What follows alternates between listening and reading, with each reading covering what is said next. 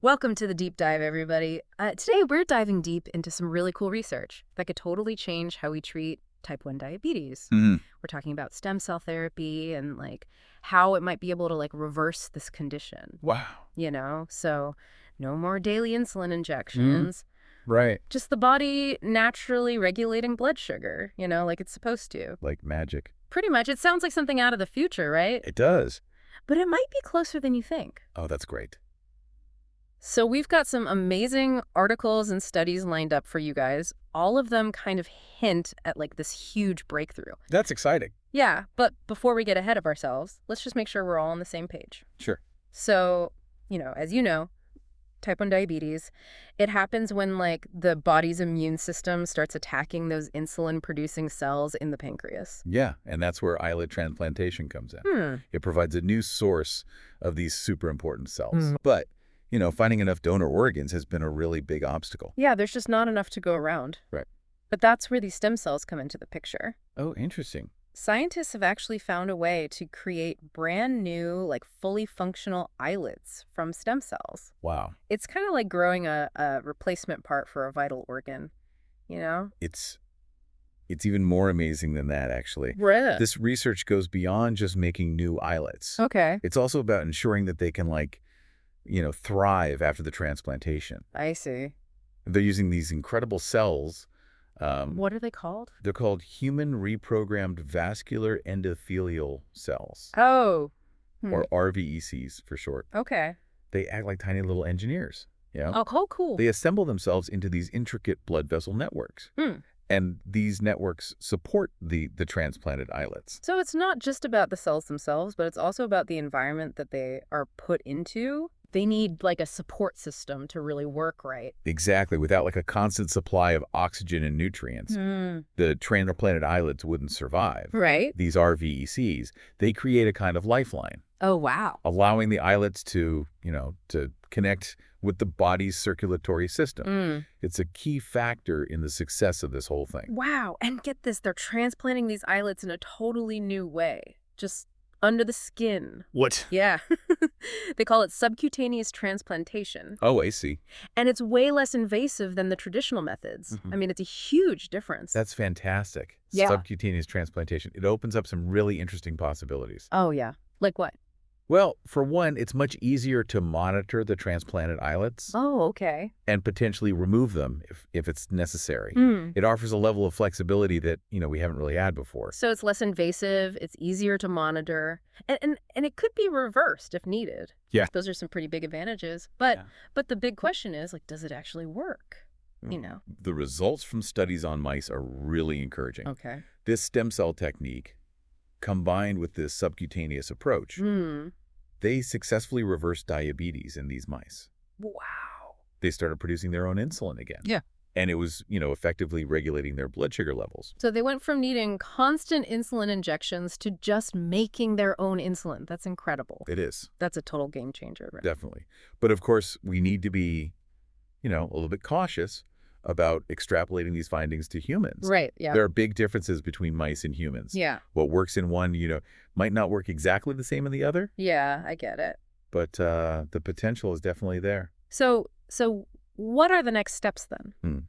How do we go from these really promising results in mice to a treatment that could help millions of people living with type 1 diabetes? Well, that is the million-dollar question, and that's exactly what we'll be diving into in the next part of our deep dive. Okay. We're going to explore the challenges of, translating this research into human trials. Right. Talk about potential timelines and what it might take to actually make this groundbreaking therapy a reality for people. So stay tuned, everybody. We'll be right back. All right, so let's dig into what it actually takes to move this research, from the lab to a treatment that could really help people. Right. Yeah, it's not like scientists can just, snap their fingers and suddenly everyone with type 1 diabetes has access to this new therapy. No, not quite. There's a whole process, right? Exactly. And the first big hurdle is figuring out how to translate that success that we saw in mice into human trials. Oh, right. Yeah. And that, that isn't always a straightforward thing. Because mice, well, they aren't just tiny humans. Right, exactly. Can't There are just- some pretty big physiological differences between species. What works in a mouse might not, translate perfectly to a human. So we need to do these really, really rigorous clinical trials. That makes sense. So what do those clinical trials actually involve? Like, what are the researchers looking for? Well, the main focus is safety and effectiveness. Okay. First and foremost, we've got to make sure that these stem cell-derived islets are actually safe for people to have transplanted. Right. We don't want any unexpected side effects. Of course not. Safety first. Absolutely. But beyond that, like, how do they measure how effective the treatment is? Well, they'll be watching the transplanted islets very closely, Okay. to see if they're actually producing insulin and doing their job, effectively regulating blood sugar levels in the participants. It's really about making sure that, the therapy is working like it's supposed to in people. And I imagine these trials take a while, right? Oh, yeah. It's not something that happens overnight. Oh, no. Clinical trials, they're a very, very careful and thorough process. Okay. There are multiple phases involved to thoroughly evaluate the safety and effectiveness of this new therapy. Okay.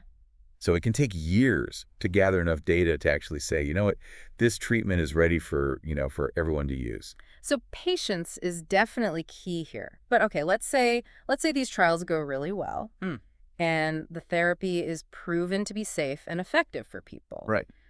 What's next? What happens then? Well, that's when things get really interesting. That's when we have to figure out how to scale things up. Oh. Right now, making these vascularized islets is a very, very specialized and labor-intensive process. Okay. It's not something that can be easily done on a large scale. So we need to find a way to mass produce these islets. Yes, exactly. But in a way that is still cost effective and efficient, right? Precisely. Because if this therapy is going to help millions of people, we need to be able to produce a lot of these islets. Right. Enough for everyone who needs them. Right, and make them accessible, and affordable. Yeah, of course. That sounds like a pretty big challenge. So what are some of the things that researchers are trying to solve this problem? Well, there's a lot of really cool research going on in the field of biomanufacturing. Okay. Scientists they're developing these innovative techniques to automate and streamline the entire production process.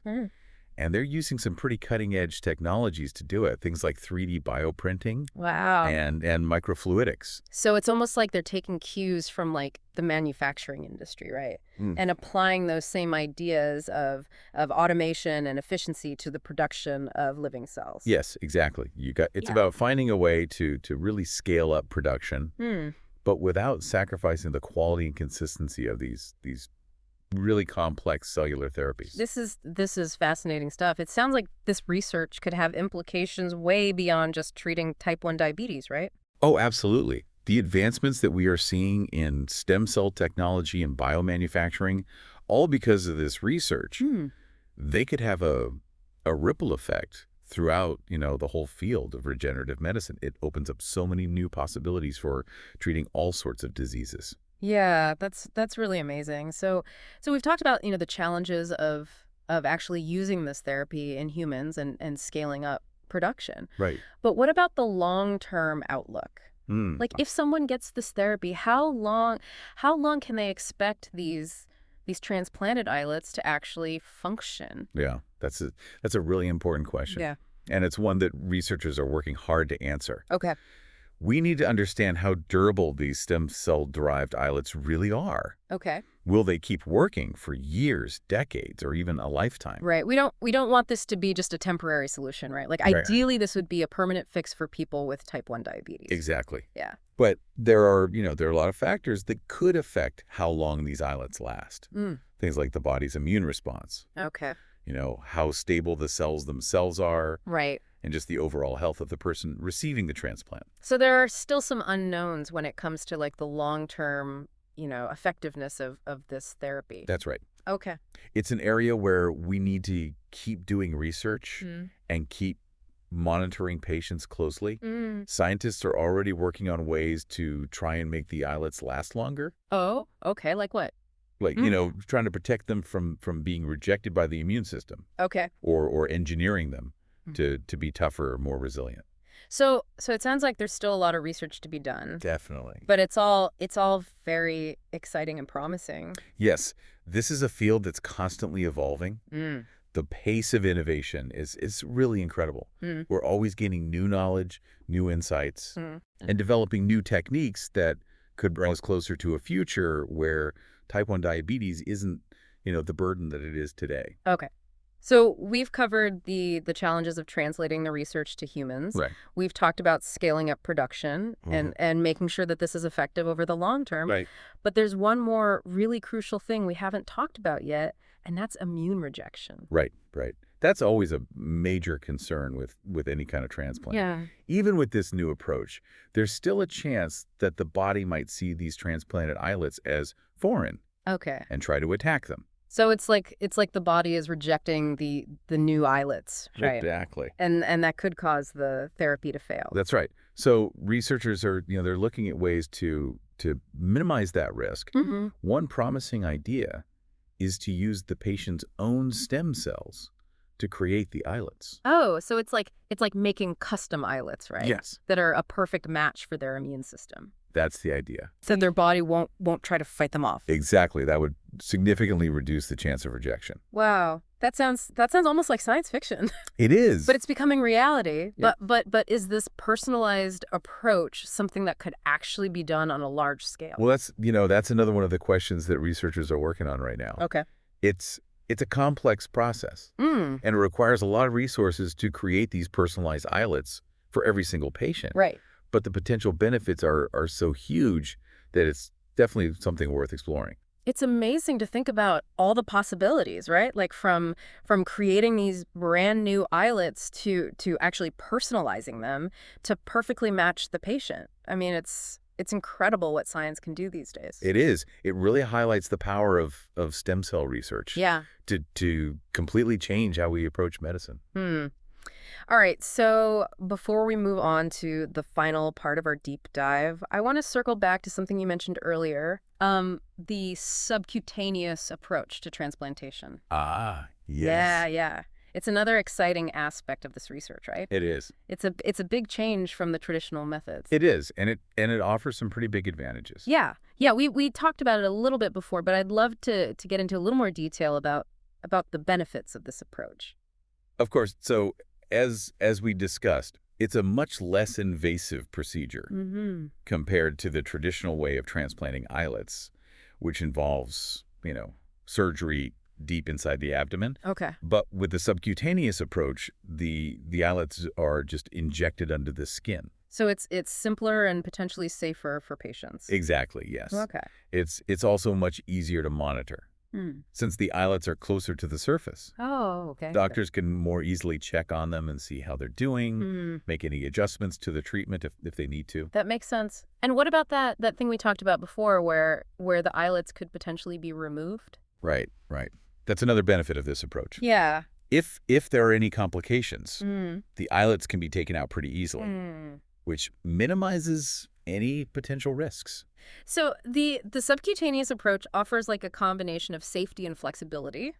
Yes. And it's easier to keep track of. It's a really, really smart solution. I agree. It's a great example of the ingenuity and creativity of these researchers. They're not just developing a new therapy. Right. They're rethinking the whole process of transplantation.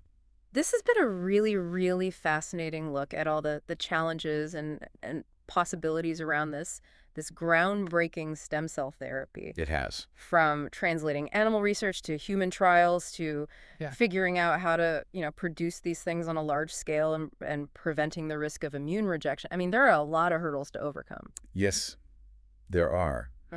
But the progress that we've made so far it's undeniable.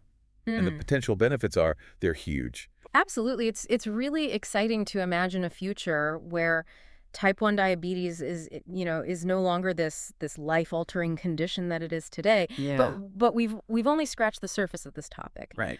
In our final part, we're gonna zoom out a little bit and explore the broader impact of this research. Like what other areas of medicine could this potentially affect? And what does it all mean for the future of healthcare. So we've spent this whole deep dive looking at this amazing potential of stem cell therapy to like completely change how we treat type 1 diabetes. But you know what the really cool thing is? With that? The implications of this research. They go way beyond just this one disease. You're right. It's like we're seeing a total shift in how we think about medicine. Yeah. It's not just about managing the symptoms anymore. Mm. It's about like really tapping into the body's own ability to heal and repair itself. Yeah, so it's not just about diabetes. It's about, potentially finding a whole new way to treat a whole bunch of different conditions. Exactly. Things like heart disease, Parkinson's, Alzheimer's, even spinal cord injuries. Right. Think about it. Yeah. If we can create these working islets to replace the ones that are, destroyed by the immune system in type 1 diabetes, Right. why can't we create other types of cells to repair damaged tissues in other parts of the body? And we talked about those R-VECs. Right. Acting like tiny little engineers. Yes. Building those intricate blood vessel networks to support the new islets. Right. Could we use similar techniques to create other complex tissues and organs? That's definitely where this research is headed. Scientists are already exploring ways to use stem cells to create everything from heart muscle cells to nerve cells. Wow. Just imagine a future where we can, repair a damaged heart after a heart attack, or even regenerate damaged nerves in a spinal cord. I mean, it sounds kind of like science fiction. It But does. it's becoming more and more real every day. It is, and the progress that's being made in this field is happening so fast. Yeah. I mean, just a few years ago, the idea of growing a functional organ from stem cells, that was just a dream. And now it's actually becoming a reality. It's amazing to see this scientific progress happening right in front of us. But, as we move into this uncharted territory of regenerative medicine, we can't forget about the ethics of it all. You're absolutely right. This level of scientific power, it really requires us to be thoughtful and responsible. As we gain the ability to manipulate the very building blocks of life, Right. we need to make sure that these technologies are being used for good. And we need to carefully consider the potential consequences of what we're doing. It's not just about what we can do. Right. It's about what we should do. It's about having those open and honest conversations about, the ethical side of these advancements. And it's not just scientists and policymakers who need to be part of that conversation. It's the public, too. I couldn't agree more. We need like a collective wisdom Yeah. to guide us as we enter this new era of medicine to make sure that these powerful tools are used to benefit everyone. So we've covered a lot of ground today. We have. From the science behind the stem cell therapy to the challenges and ethical considerations. Right. But one thing is for sure. This research has the potential to change lives. Yes. Not just for people with type 1 diabetes, but for all of us. It really does have the potential to transform healthcare as we know it. And I, for one, am so excited to see what the future holds. Me too. It's been a really fascinating journey exploring all the possibilities of this groundbreaking research. And to our listeners, thank you so much for joining us on this deep dive. We'll see you next time. Keep asking questions and stay curious.